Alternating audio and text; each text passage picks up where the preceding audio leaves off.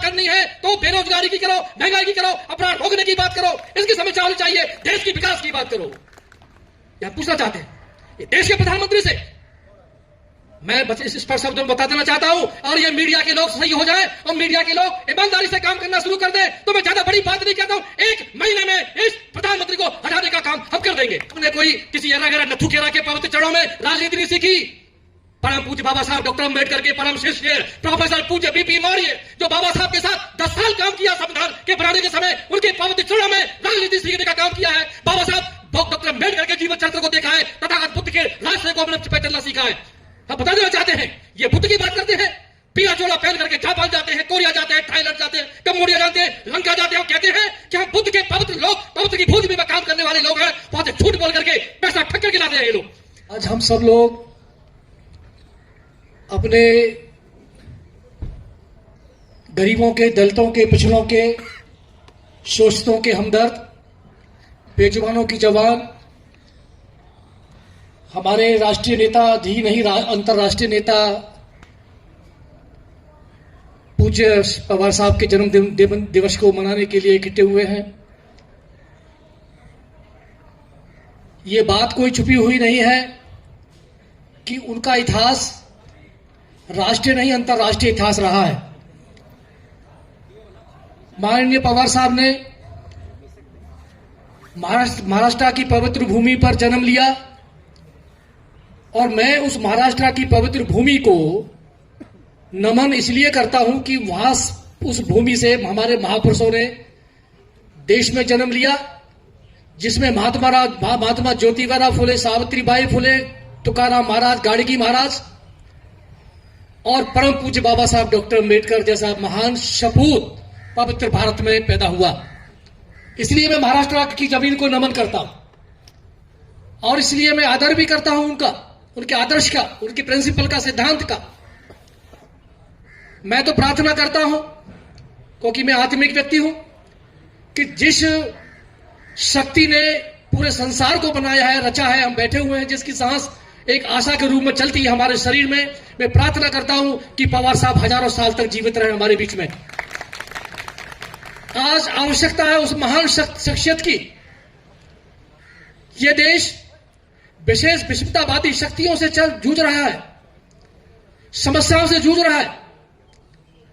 अपराधीकरण, बेरोजगारीकरण, महंगाई, राजनीतिक अस्थिरता इस देश में है। ये बात छुपी हुई नहीं है। आज हम सोशल मीडिया से एक बार, कहीं भी पूरे देश में नहीं, दुनिया में कोई घटना घटती है तो हम उसको तुरंत हम उसको पढ़ लेते हैं, देख भी लेते हैं आंखों से। वो जमाने गए कि हम आवाज को सुनते थे रेडियो से, फिर ब्लैक एंड व्हाइट टीवी शुरू हुआ, फोटो दिखाई देते थे। आज सोशल मीडिया इतना एक्टिव है कि कोई भी घटना पूरी दुनिया में घटती है, किसी भी कोने में घटे तो उसको हम सेकंडों में अपनी आंखों से देख लेते हैं। कोई छुपी हुई बात नहीं है। आज गरीबी कितनी बढ़ी हुई देश में है, अपराध इतना बढ़ चुका है, देश की बागडोर कुछ गलत लोगों के हाथ में है। यह चुनौती है। आज जो संकल्प दिवस समारोह हम इस स्थान में मना रहे हैं, आज हम सब लोग भारत के जितने भी सम्राट नागरिक जो यहां पर उपस्थित हैं, जो आने वाले हैं, जो इस आवाज को भी सुन रहे हैं, आज प्रत्येक नागरिक इस देश का संकट और गुलामी की जंजीर में जकड़ा हुआ है। इसको तोड़ना पवार साहब के नेतृत्व में जरूरी है। यह हम बता देना चाहते हैं। परम पूज्य बाबा साहब डॉक्टर अम्बेडकर ने भारत की संविधान की स्थापना की, और किस परिस्थितियों में की, कैसे हालात में की। जिन्होंने बाबा साहब के जीवन दर्शन को पढ़ा है वो भली बात जानते हैं, पहचानते हैं। परम पूज्य बाबा साहब डॉक्टर अम्बेडकर जब संविधान को लिख रहे थे, प्रत्येक तमाम पूरे विश्व के कई देशों के संविधान को उन्होंने पढ़ा था, और फिर उसका एक निचोड़ निकाला, और निचोड़ निकालने के बाद उन्होंने पवित्र ग्रंथ हम भारतवासियों को दिया, जिससे हम आजादी की, आजाद हिंद की और देश के उसमें सांस लेने का हम काम कर रहे हैं। ये छुपी हुई बात नहीं है। अगर बाबा साहब डॉक्टर अम्बेडकर भारत को संविधान नहीं देते बना करके, तो ये देश पहले ही समाप्त हो चुका था। और ये जालिम लोग आज भी उस शख्सियत पवित्र ग्रंथ को जो है टेस्ट नैस करने का काम कर रहे हैं। ये छुपी हुई बात नहीं है। अभी कुछ समय पहले जो भारत की संविधान की दुहाई देने का काम करते हैं, उन्होंने ही 2 साल पहले संविधान की प्रतियों को भारत की संसद के नीचे फाड़ने का काम किया था और फड़वाया था। एक साजिश थी, वो समीक्षा करने की बात करते हैं। मैं पूछना चाहता हूं उन लोगों से परम पूज्य बाबा साहब डॉक्टर अम्बेडकर के संविधान की ताकत पर और परम पूज्य शरद पवार जी के निर्देश के अनुसार कि अगर आपको समीक्षा करनी है तो बेरोजगारी की करो, महंगाई की करो, अपराध रोकने की बात करो, इसकी समीक्षा होनी चाहिए, देश की विकास की बात करो। यह पूछना चाहते हैं देश के प्रधानमंत्री से। मैं इस स्पष्ट शब्दों में बता देना चाहता हूं, और ये मीडिया के लोग सही हो जाए और मीडिया के लोग ईमानदारी से काम करना शुरू कर दे तो मैं ज्यादा बड़ी बात नहीं कहता हूं, 1 महीने में इस प्रधानमंत्री को हटाने का काम हम कर देंगे। ये लोग इसको ठीक करने का काम करें। परम पूज्य बाबा साहब डॉक्टर अम्बेडकर ने संविधान इसलिए नहीं बनाया था, उन्होंने कहा था मेरे देश के लोग आजादी की खुली हवा में सांस ले। आजादी का मतलब क्या है? लेकिन आज हम आजाद देश में गुलाम लोग बना दिए इस शैतान लोगों ने। मैं तो चाहता था हमने कोई किसी एरा गेरा नथु केरा के पवित्र चरणों में राजनीति नहीं सीखी। परम पूज्य बाबा साहब डॉक्टर अम्बेडकर के परम शिष्य प्रोफेसर पूज्य बीपी मौर्य, जो बाबा साहब के साथ 10 साल काम किया संविधान के बनाने के समय, उनके पवित्र चरणों में राजनीति सीखने का काम किया है। बाबा साहब डॉक्टर अम्बेडकर के जीवन चरित्र को देखा है, तथागत बुद्ध के रास्ते को अपने चलना सीखा है।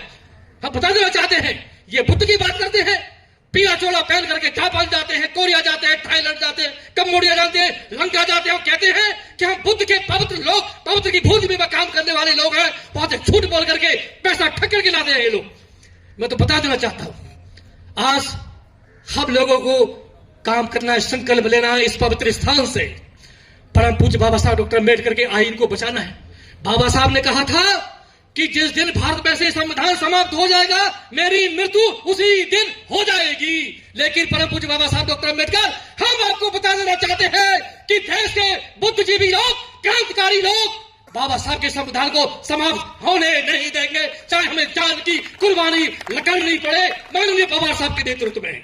हम बता देना चाहते हैं, हमने प्रयास किया और कर रहे हैं, हम लड़ाएंगे लड़ाई समानता की, बंधुता की, एकता की।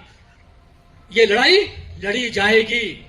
हमको संकल्प यहां से लेना है, संकल्प यहां से लेना है। मुझे राहत इंदौर जी की कुछ लाइनें याद आती हैं। बन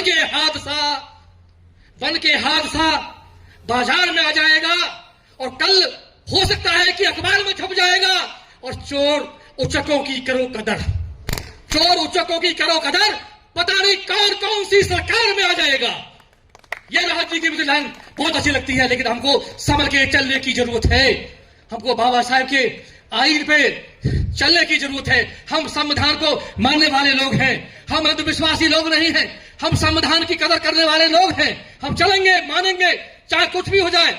लेकिन परम पूज्य बाबा साहब डॉक्टर अम्बेडकर की विचारधारा को, माननीय शरद पवार जी की विचारधारा को हम समाप्त नहीं होने देंगे। ये हम वचनबद्ध हैं। हम ये लड़ाई समानता की, एकता की, आजादी की लड़ाई लड़ी जाएगी। जिस समय हमारा देश गुलाम था, आजादी की जंजीर में हम जकड़े हुए थे, उस समय आजादी की जरूरत थी। लेकिन आज हमें तीसरी आजादी की जरूरत है। हमारी बहन बेटी, हमारी महिला आजाद नहीं है। अगर आजाद होती तो भारत की राजधानी दिल्ली में कंजाबला में एक दलित लड़की 15 किलोमीटर तक कार से बांध के खींची दी जाती। हाथरस की कांड की घटना है, वो उस लड़की के साथ बलात्कार किया, 12 लोगों के खिलाफ मुकदमा दर्ज हुआ, 11 लोग माफ हो गए, एक को जो है न्याय मिला। लेकिन ये खेल ज्यादा दिन चलने वाला नहीं है। अरे उस दुनिया के बनाने वाले से डरो, ये जालिम शैतान लोगों, उससे डरो, उससे क्योंकि भय में काम करो। वहां से आप बख्शने वाले नहीं है। यहाँ की अदालत को आप खरीद सकते हैं, यहाँ के कानून को आप खरीद सकते हैं, लेकिन दुनिया के बनाने वाली की अदालत को आप खरीद नहीं सकते।